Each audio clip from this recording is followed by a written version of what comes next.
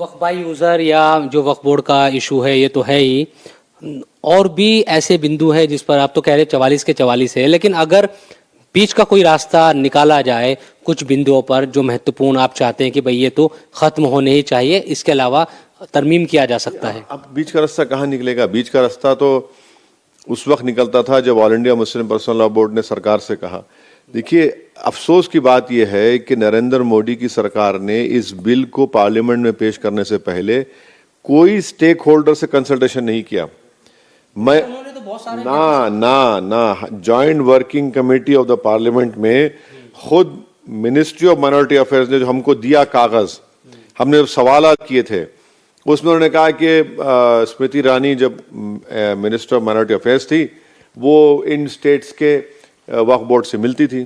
ठीक है, मिला आपने, मगर क्या उसमें आपने कहा कि हम बिल लाने वाले हैं?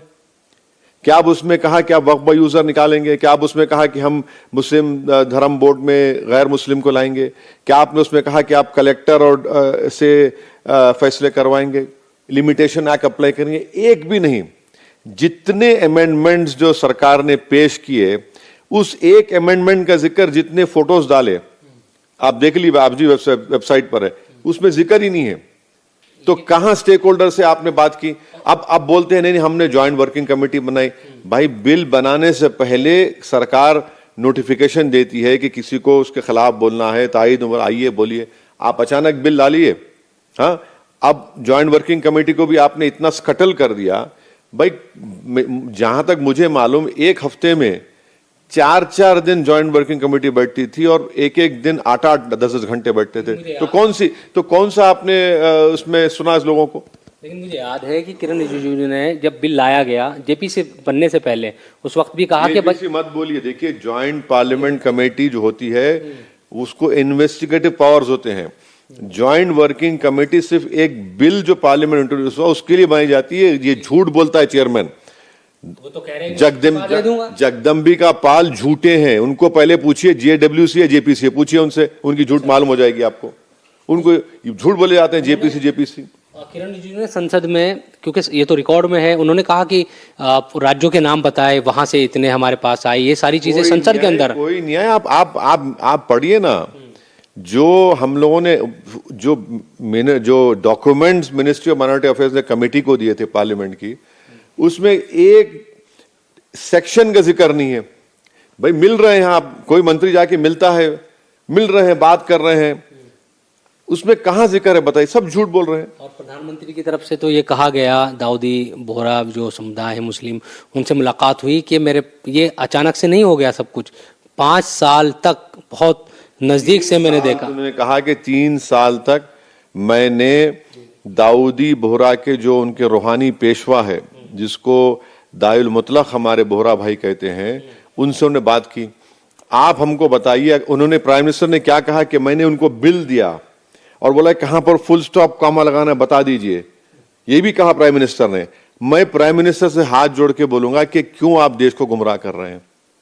अगर आपने वो बिल बना दिया था जो आपने कहा, तो भाई वो बिल आपने पार्लियामेंट में और फिर दूसरे स्टेक होल्डर्स को क्यों नहीं बुलाया?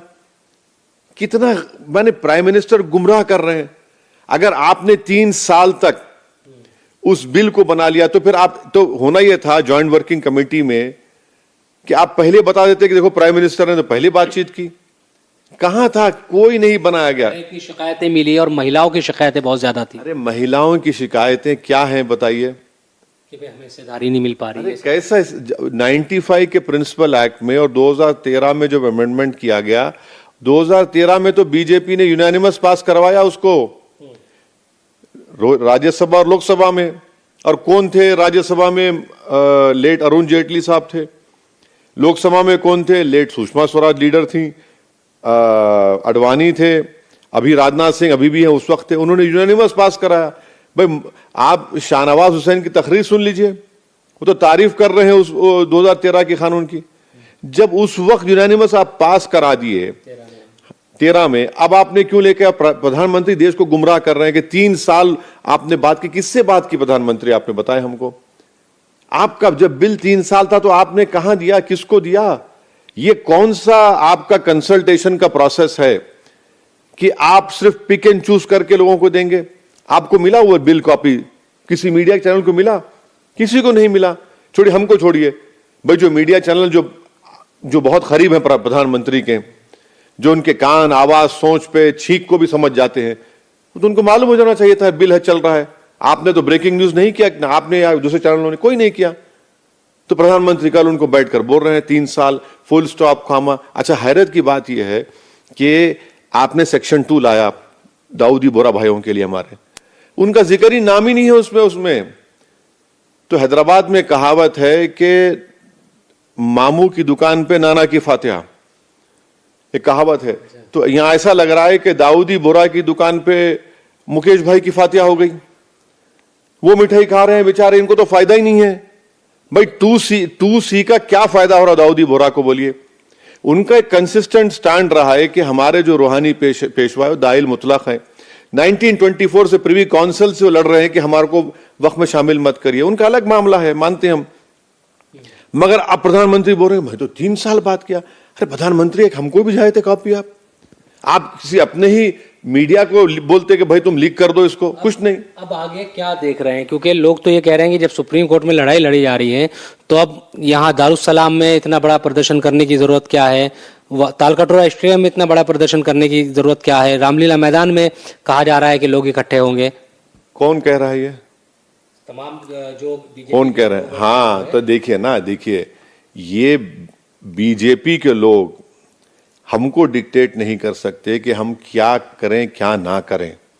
जमहूरियत है, ये कोई नॉर्थ कोरिया नहीं है या कोई डिक्टेटरशिप नहीं है, अभी भी संविधान है यहाँ पर। गो बहुत सी दबाया जाता है, कोशिश की जाए, मगर संविधान तो है, डेमोक्रेसी तो है।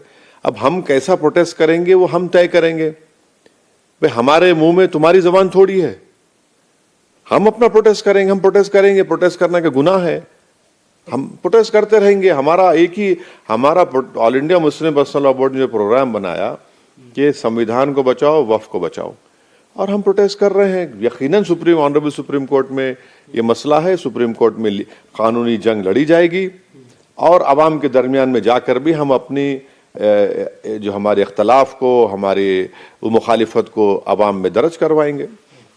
तो जो पहले से कॉल दी गई है वो सब प्रोटेस्ट होंगे, ऐसा नहीं कि सुप्रीम कोर्ट के इस अंतरिम राहत से आप रुके। पुरअमन प्रोटेस्ट होना चाहिए और इंशाल्लाह पुरअमन प्रोटेस्ट होगा। ये all India Muslim personal law board ने कहा कि आप जहां भी प्रोटेस्ट करेंगे कानून को अपने हाथ में नहीं लेंगे, पुरअमन करेंगे। देश के हर समुदाय को आप साथ लीजिए, उनको समझाइए कि कैसे यह कानून सिर्फ एक समुदाय से डिस्क्रिमिनेट कर रहा है और उनकी रिलीजियस प्रॉपर्टीज को छीना जा रहा है। लेकिन लोग सवाल उठा रहे हैं, बीजेपी के हो या तमाम लोग भी, कि भाई मुर्शिदाबाद, बंगाल में दंगे हो रहे हैं वक्फ बिल के मामले में ही प्रदर्शन है, वो गलत हुआ है, जिसमें 2 लोगों की मॉब लिंचिंग हुई, एक आदमी की पुलिस फायरिंग में मौत हुई है। ये नहीं होना चाहिए था। हम वायलेंस का साथ ना कभी दिए ना कभी देंगे, हम इसका कंडेम करते आए, कंडेम करेंगे और इंशाल्लाह पुरअमन प्रोटेस्ट होगा।